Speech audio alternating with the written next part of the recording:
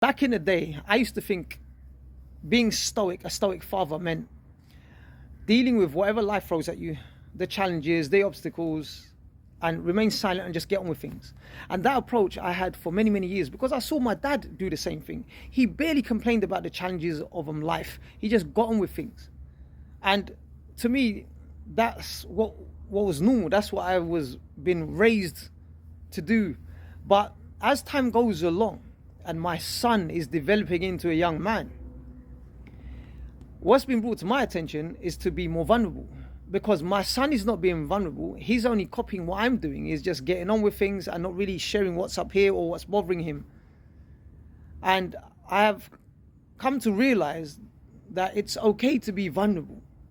But the difference, the fine line is this, is not allowing the situation to get the best of you, where you're so overwhelmed,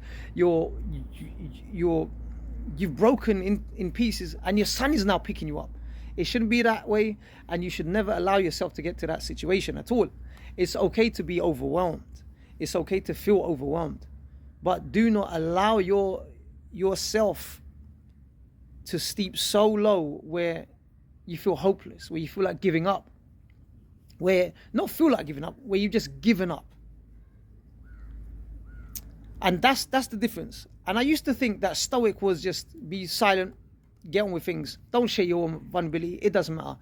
But now I have reached a stage in my life and the relationship with my son, it's important to open up, because he needs to understand what you're going through and what you're growing through, so he can relate and learn how to navigate things through. Because through talking, it's about us humans being human, sharing experiences. Because when we share experiences, it opens up our minds, it opens up our capacity to look at different perspectives. And when we have a different perspective, we have more approaches to tackle the situation at hand, because we've got more options, we've got more choices, because we've got a deep understanding, because we've shared that experience.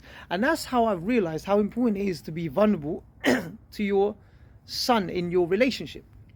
You don't always have to be vulnerable to him. Just from time to time, just talk about the challenges that you're going through and how you're dealing with it, so he understands where your head is at. And he'll appreciate you for that a lot more, because you're also indirectly teaching him to open up and not bottle things up.